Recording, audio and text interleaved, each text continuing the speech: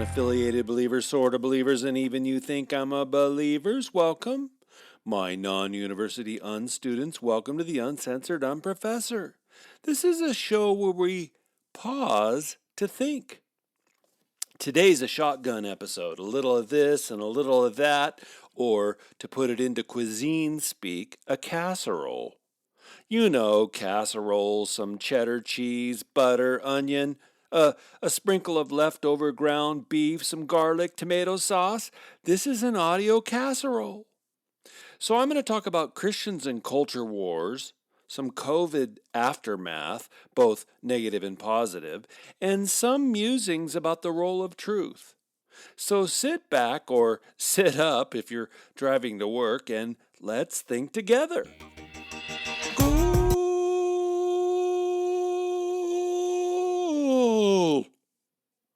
Ever ask yourself what's the most physically painful sport one could possibly play?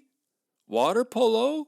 NFL football? Boxing? Mixed martial arts?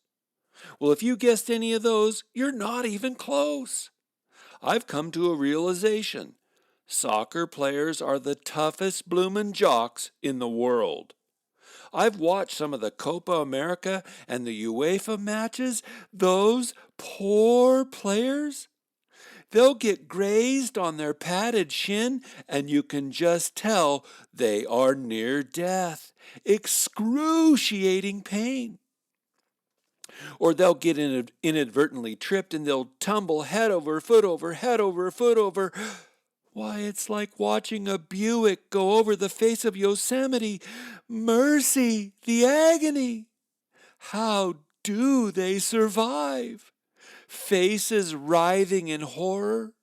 And you know they're in pain when they pause from their wrenching pain to look up and make sure everybody sees that they are in pain. It's so funny. It happened the other day when a Portuguese player got clonked in the head, hit the turf, rolled over and over and over, and looked up with clear eyes to make sure everyone saw he was in near-death agony. Yeah, he returned to the game. And then, right when you're sure they have a compound fracture, a bloody tibia sticking out of their sock, right when you're sure the ambulance will race onto the pitch and administer morphine, an angel from heaven will descend and the player will be instantaneously healed. The same player will jump up and begin sprinting around the pitch again. They are so tough. So, here's to you, soccer guy. You know how to endure a disembowelment and then bolt across the field 6 seconds later. Such tough dudes.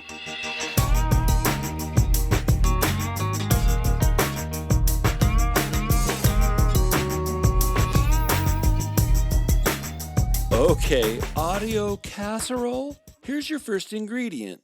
Culture wars. The other day I saw a Facebook post by a renowned pastor. He said something like this: "Don't give me your culture wars. I'm tired of it. It's not working."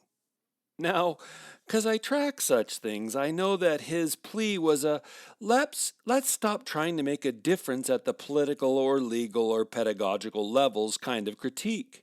And really, it's an old sentiment. Let's just leave behind the ancillary stuff, or let's let the Lord handle societal things, or our job is to simply preach the gospel. And those ways of framing it are when the concern is only to remain ardently true to the gospel. But today, commonly, that "let's stay out of the culture wars" refrain is really a way of saying, hey, traditional Christians, I don't like that you want to make a difference in the political, legal, or pedagogical arenas. I actually oppose your ways of being salt and light. And personally, you guys, I've encountered that way of framing it numerous times. For instance, I engaged in a formal ecumenical dialogue with Anabaptist church folk years ago, and they made that "you need to stop engaging the culture wars for the sake of peace" argument, but the problem was they were already on the side of Marxist cultural configurations. They were against systemic problems, but loathed that Christians, conservatives, wanted to work for systemic solutions. So they they were being disingenuous to call for believers to stop engaging the cultural fray. And that pastor's weak Facebook post got me to thinking, why why should Christians care about the culture wars? Really, why not just leave well enough alone and focus on getting people saved or being nice? Well, here's a few you responses. Number 1, not taking a stand is still to take a position. To not engage is nevertheless a decided posture.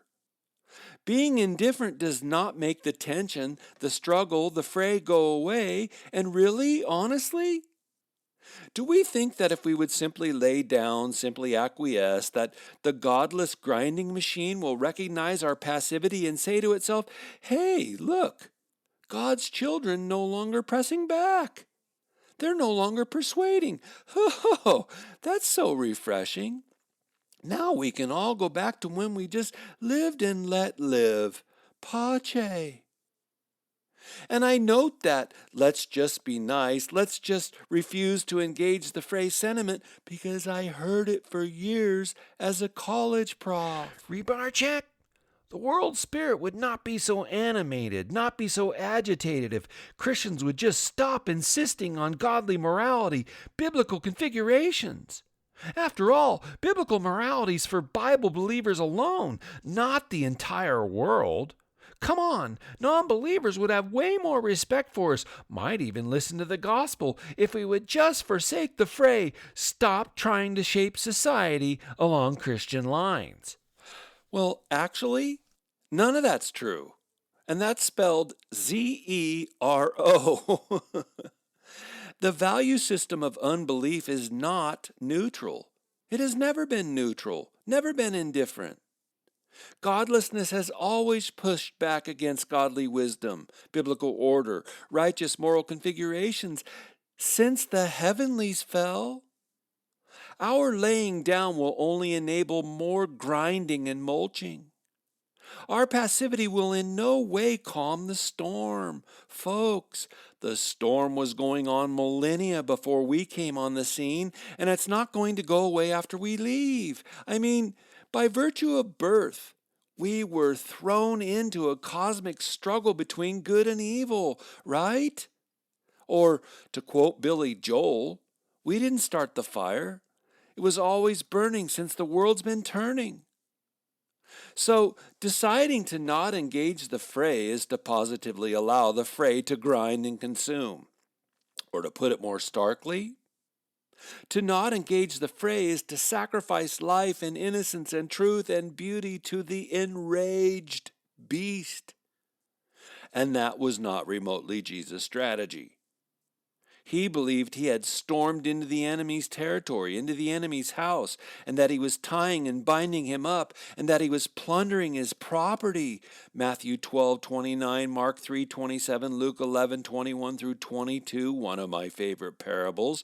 Jesus, the bad guy, storming in and plundering the house. Jesus' strategy was not passivity. Neither can it be ours. So again, my first reflection, not doing something is still affecting culture. And then secondly, while it's true that Jesus and his apostles exhorted us to preach the gospel, it's also the case that Christ himself exhorted us to be salt and light. In the parables, we learn it was a call to be leaven, to be yeast, to make disciples. It was a call to transformation. Look, we know that because human nature has fallen, we will never, this side of the eschaton, we will never achieve heaven on earth. We Christ confessors never believe we can force utopia. We know that all societal configurations will, at best, be provisional.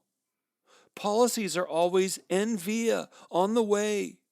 We know that solutions are never perfect. They'll always somehow fall short.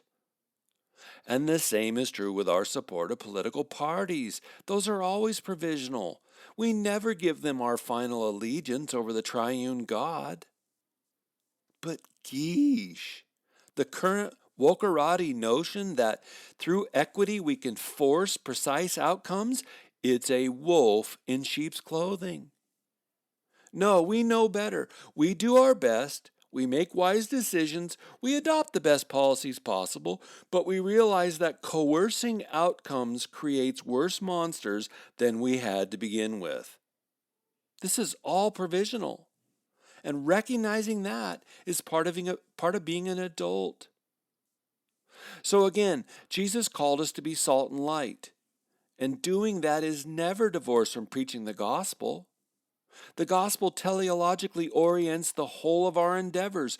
We're offering medicine to other sick patients like ourselves. But being salt and light is a vocation that can take on many incarnations. Doctors make a huge cultural difference through healing. Attorneys make that difference when they file suits against those who would destroy the values of a Christian worldview. And those values are values that bless all religions. Parents can be salt and light through wise child rearing. Soldiers through their excellence in trained defense preparation. Thanks, all of you soldiers today out there keeping us safe and preparing. Intercessors can be yeast through daily and piercing prayer. Farmers through diligent, trained, and efficient food production. Judges through godly, wise, prudent judgments. Even politicians through seeking the common good in light of a biblical worldview can be salt. Thanks, all of you Christian politicians trying to inject Christian goodness into the political processes. Thank you. All believers are called, you guys, where they are, who they are. We're called to be salt and light, to season and shine in order to bless the nations with a truth and goodness and beauty, godly worldview. We're all called where we are, who we are. And there's one Spirit, but there's many giftings for Christian mission. So there's a second reason. Jesus called us to be salt and light. He called us, challenged us, exhorted us to be leaven. And then third today, with regard to culture wars, do we really believe God doesn't care? Can one really argue on the one hand for social justice, as progressive church folk put it, and then say we should stay out of the culture wars? Seriously? We earnestly believe that God both wants righteousness to reign in culture. Go read about Nineveh. Go read about Sodom and Gomorrah. Go read about Babylon. We really believe that God wants righteousness in culture, but that we should not try to be yeast through cultural institutions or societal configurations? No, we don't get to have it both ways. Or we don't get to not care on both sides of that equation. God cares.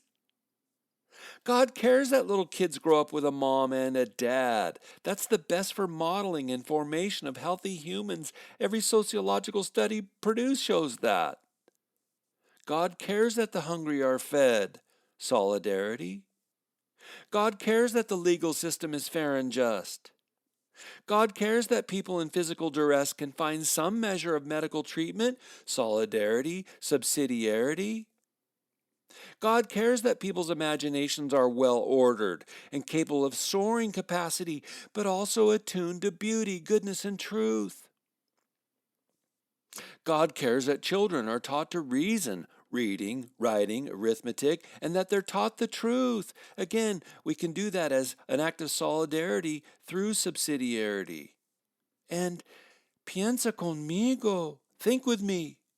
Do we think God is indifferent about whether people can live in an arena free from crime? Do you really think God is indifferent to Puerto Ricans being pulled out of their car and shot in the head in cold blood? It staggers my imagination that some purported Christians think it doesn't matter that the church weigh in on such cultural configurations as crime rates and the order necessary for freedom and liberty. And and one last comment on all this. Are we all called to battle within the culture war? Well, no, not if it means we all become politicians or orphanage workers or special interest lobbyists. Most of us are not called to those specific vocations. But yes, we are all called to engage the fray. And we do so realizing A, there are different gifts the Lord gives folks to accomplish His will, and B, we can all engage the fray at differing levels. I mean, being faithful to your spouse, that's a profound way to engage the fray, to be salt. Standing for righteousness when you pull the curtain at the voting booth, that's a quiet but important way to scatter the yeast of the kingdom. So, sorry, Pastor Prominent. You go ahead and disengage the culture wars. Most likely I'll be glad that you did. Hey, you want to inject me? No, not with a Moderna COVID vaccine shot, but with a shot of encouragement. Go to Patreon and make a $5, $10, $20 monthly pledge, gold, frankincense, or myrrh. Do that to the Uncensored Unprofessor. Those pledges help me pay for several necessary monthly web applications, the UU web page, and some advertising.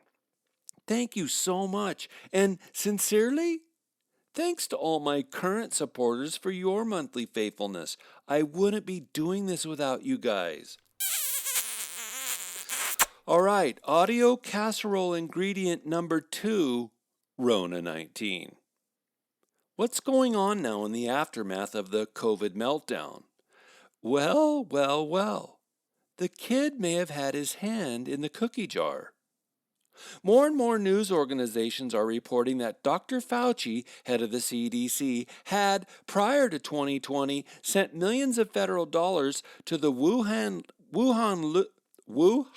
lab in China expressly for the purpose of funding gain-of-function research on bat viruses and how they spread, or how they can be spread, into the human population. And this is interesting because it means that Fauci knew more than he was letting on the entire duration of this slotch. If you haven't heard me before, slotch is administrative sloppiness, administrative over-administration, overreach, craziness, nonsense. As my mom said to me some 25 years ago, administrators like to administrate, which means they positively drum up stupid things to layer upon their underlings. Fauci over-administrated the COVID disaster, despite knowing its origins, knowing that masks were 99% ineffective in slowing the disease, and knowing that drugs like ivermectin and hydroxychloroquine were indeed effective in treating the infected. Geesh, it's terrifying. YouTube, which is really Google, has suspended PhD biologist Brett Weinstein's podcast, Dark Horse, because Weinstein has promoted ivermectin as a globally effective treatment for coronavirus. And I wonder, what does Google have to gain by doing that, by banning him? Certainly they aren't gaining scientific openness. Is it possible they're in cahoots with Big Pharma? It's crazy stuff. This is movie quality crazy stuff. Anyway, we may well see Dr. Fauci not only finally fired from his government slot, only in the government can you be so inept and keep your job, but he may well face some legal problems. And by the way, it's possible to get ivermectin at horse stablery supply stores. And then, did the shutdowns really work? Actually, not so much. A recent paper written by the Rand Corporation and economists from USC studied the effectiveness of lockdowns using data from 43 different countries and all of the 50 states in the United States. And they wrote, "We failed to find that shelter-in-place policies saved lives. In the weeks following the implementation of these policies, excess mortality actually increases, even though it had typically been declining before the orders took effect." End quote. One unanticipated outcome of the Rona shutdowns? Decreased city and county tax revenue. Fewer folks doing business equals less revenue. And sadly, you can look for all your tax rates to go up soon. Why? Why would lockdowns not have worked? Well, the answer is people were confined into smaller spaces like their homes, where they were all breathing the same air. Not only confinement made the lockdowns worse, so did the resulting depression stemming from job loss, businesses being closed, increase in suicides, and massive uptick in drug addictions. So the lockdowns? No bueno. Très mauvais. And still more, and I shudder to utter, we are watching the growth of medical apartheid. Wait, what'd you say? We are watching the surge of medical apartheid. In South Africa, apartheid was the state policy of segregation, discrimination on the basis of race. We are steadily watching the growth of medical apartheid. Segregation, discrimination on the basis of whether one has said yes to the anti-Rona needle. And now we know it's not really a vaccine because another needle poke injection may be necessary next year or the year after. There just hasn't been enough testing done. You want to fly on a jet? Sir, please present your vaccine card. Want to teach in the classroom? Sorry, ma'am. I need to see your vaccine passport before we can allow you into the building. Medical apartheid. It may not become official government policy, but it might be the de facto federal government policy. Need to enter the DMV? Excuse me, sir. I'm required to ask for your COVID serology card? Oh, but if you have the new forearm microchip, that'll grant you entrance too. Look, I have family in Chicago, teachers who are being required to get a vaccine shot in order to teach inside the classroom. And I know professors in other states who are being required to get a vaccine shot in order to teach mask-free inside the classroom. Hey, you want to listen to the UU without being immediately tracked by the info trackers who trap and track your data at their sites? Go to uncensoredunprofessor.com podcast. Because me, I won't track or sell your info. Back to COVID, here's a weird one for your consideration. 53% of Pfizer employees have said no to taking their own company's two-step shot. 53%. What do they know that we don't know? Yukit, I said it last episode, if you have comorbidities, get vaccinated. You have lung challenges? Go get the shot. The risk may well be worth it. It's your decision. I'm pro-choice, big time here. But for a disease that is 98.5% survivable, I'm not getting the shot. Not yet. Not when it looks like the current 3 vaccines won't prevent contracting the Delta variant. Not until we know the truth. Not till serious peer-reviewed testing has been done. Not until the truth is out about what the bleep went on across our nation for the last 18 months. And more sadly, we now know that the vaccinations are causing heart problems in a small number of young people. On June 24th, CBS News reported, quote, the FDA said it plans to add a warning to Pfizer and Moderna vaccines after a CDC advisory panel said data suggests a likely association between the vaccines and rare cases of heart inflammation in adolescents and young adults. Despite the warning, some doctors and researchers say they'll still strongly recommend that all Americans 12 and older get vaccinated, noting that the heart problems are uncommon and in most cases very mild. But the CDC tracked more than 1,200 cases of myocarditis, which is inflammation of the heart muscle, and pericarditis, which is inflammation of the outer lining of the heart. More than 800 of the cases occurred after the second dose, and 65% were linked to the Pfizer vaccine. The largest share of the cases occurred in men under the age of 24, according to the report. And again, I'm not an anti-vaxxer. But my family tree does deal with heart problems. Lord bless and heal my mom. And I am growing increasingly concerned about what's going on. What went on? Why the societal meltdown? Woo is 98.5% survivable. Why did the CDC and big media fear porn us the way they did? Why did Google, whom several news agencies are now reporting, Google funded the Wuhan lab too? What? Why'd Google ban posts and news stories clarifying that ivermectin and hydroxychloroquine were effective treatments? Crazy. All that, and I have several relatives and neighbors who've gotten vaccinated and have had zero problems. So you decide for you. Again, I'm no conspiracist, but here's what this is beginning to look like. A vaccine was expressly mutated in a lab so it can infect humans. And that accident, not accident, was then maximized by opportunists to make vaccines that would make billions of dollars for billionaires.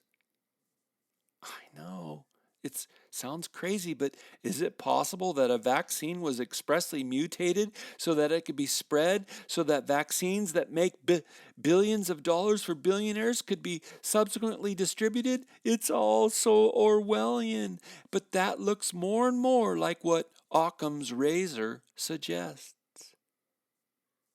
And here's a casserole ingredient number 3.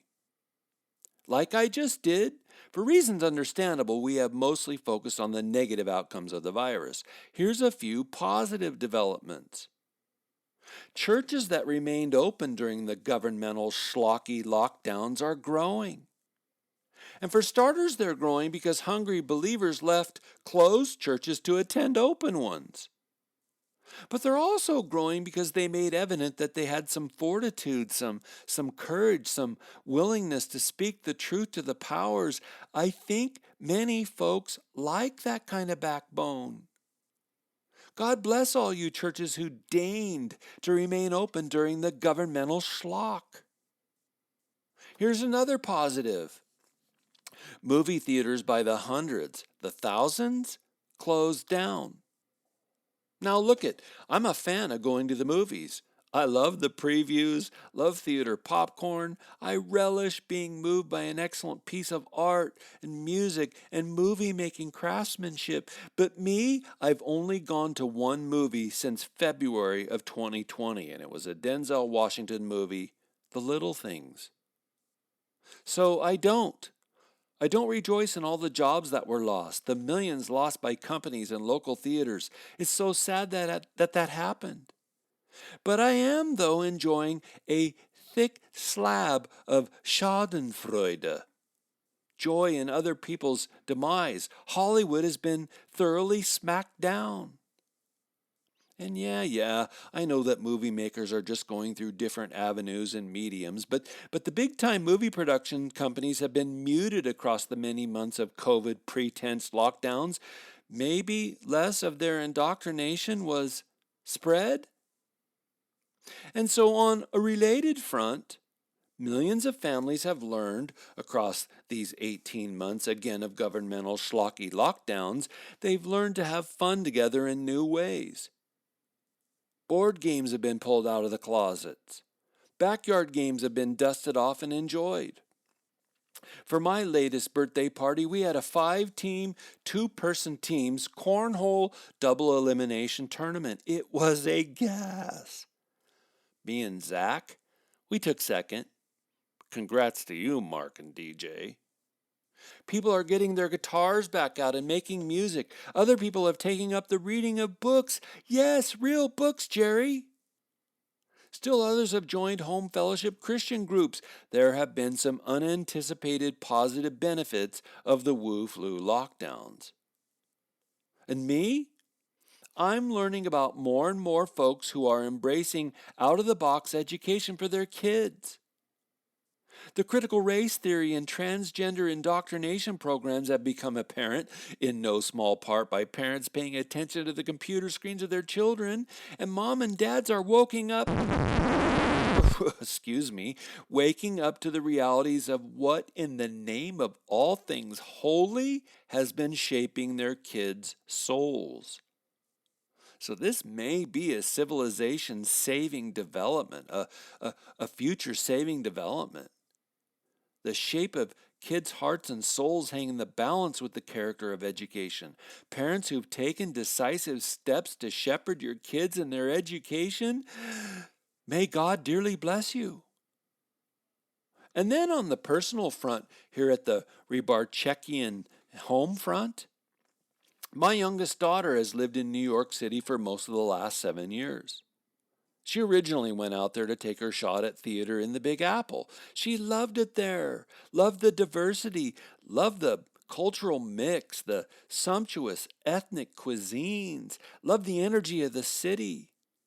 I was really proud of her success back there. But the lockdown, schlocky nature, those are my words, not hers, that oppression grew over time to become just too much. The joy was stolen. The sense of togetherness has been frayed. The city's politicians have gone nuts. The crime rates are soaring. And finally, she had enough. She and her husband are moving out west. Her mom and I could not be more elated. But she wouldn't have left her beloved New York City if it weren't for COVID. Does that make me happy that the Rona occurred? Oh, Lordy, no. But sometimes there are silver linings to life's catastrophes. Praise you, God, for family. Casserole ingredient number 4, truth. One of the reasons I started the UU, to re-emphasize truth. Truth is taking a back alley mugging today. Millions, tens of millions now have been reprogrammed to believe there is no such thing as truth. And of course, contradictorily, they're the first ones to tell us they only believe in science. It's hilarious. How can you have science without truth? Well, you know this, my shrewd listener. Postmodern society loathes truth, believes truth is a lie, believes truth claims are straight up power grabs, even though it says that precisely in order to grab for power. But in the Christian worldview, truth is significant. How can we say we follow Christ if we deny his truth claims? How can we believe in God, who has spoken the truth, but then deny the existence of truth? How can we simultaneously embrace the biblical narrative and argue there's no such thing as truth, which would render the biblical narrative a silly fiction? No, truth is foundational within a Christian worldview. Yeah, it's true. Truth's not the only element of a Christian worldview, but lacking truth, all the other categories and commitments fall down into a puddle of subjectivity. So I thought I'd give you a few ways through which truth is significant. What would life be without truth? Well, compassion without truth is enablement. Education without truth is always indoctrination. News reporting without truth is straight manipulation. Hydroxychloroquine will never work as a Wu flu treatment. Love without truth is mere sentimentalism. Aesthetics without truth is mere propaganda. Ice cream without truth is just milk. Thanks, Jason H. Marriage without truth is barely a convenient contract. Ferraris without truth are Fiats. Solutions without truth are usually agendas. Thanks again, Jason H. Church without truth is a mangled form of therapy. History without truth is poison. God without truth is Antichrist. The Chargers without the truth would be the Raiders. Truth without love is brutality, and love without truth is hypocrisy. Thank you for those. That little note, search quotes. So, truth, you beauty you. Praise you, living God, for truth. Here's more thoughtful quotes about truth. An unbelieved truth can hurt a man much more than a lie. It takes great courage to back truth unacceptable to our times. There's a punishment for it, and it's usually crucifixion. John Steinbeck. Truth never damages a cause that is just. Gandhi. One word of truth outweighs the world. Alexander Solzhenitsyn. In a room where people unanimously maintain a conspiracy of silence, one word of truth sounds like a pistol shot. Czeslaw Milosz. Thank you, truth-telling quotes. Or here's Mustafa Mond in Brave New World. Truth is a menace. Too many prefer gentle lies to hard truths. Shane Parrish. Nothing in this world is harder than speaking the truth, nothing easier than flattery. Dostoevsky. Shnikes, did I ever witness that one on a college campus. Whew! Sometimes people don't want to hear the truth because they don't want their illusions destroyed. Friedrich Nietzsche. When you want to help people, you tell them the truth. When you want to help yourself, you tell them what they want to hear. Thomas Sowell. Thank you, Wisdom Quotes, for some of those quotes. Or here's a few more. Jesus is the final exegesis of the Father. Hans Urs von Balthasar. Father, sanctify them by your truth. Your word is truth, said Jesus, who added, I am the way, the truth, and the life. No one comes to the Father except through me. And to wrap this truth slice of the casserole up, I want to give you an abiding cause for my faith. And it's kind of a crazy point, really, you guys. Perhaps it's a negative ground of faith, a theological point apophatic, which means an assertion by negation, but this is one I come back to regularly. How can I, the you, be certain that the Christian faith is true? Evil is real. Evil's not a figment of our imagination. It's not merely the isness of the is working itself out in human consciousness. Evil is real. And still more, the demonic realm is real. And that demons flee the presence and name and the worship of Jesus Christ, that's very real. So by negation, demons prove to me that Christ is the Son of God, the Lord of the heavens. Well, I hope you've enjoyed this audio casserole today. I hope I provoked you. I hope you've been thinking with me. I'm completely honored that you would download the show and listen to me. Please go now, you guys, and turn your beautiful God-given brains on.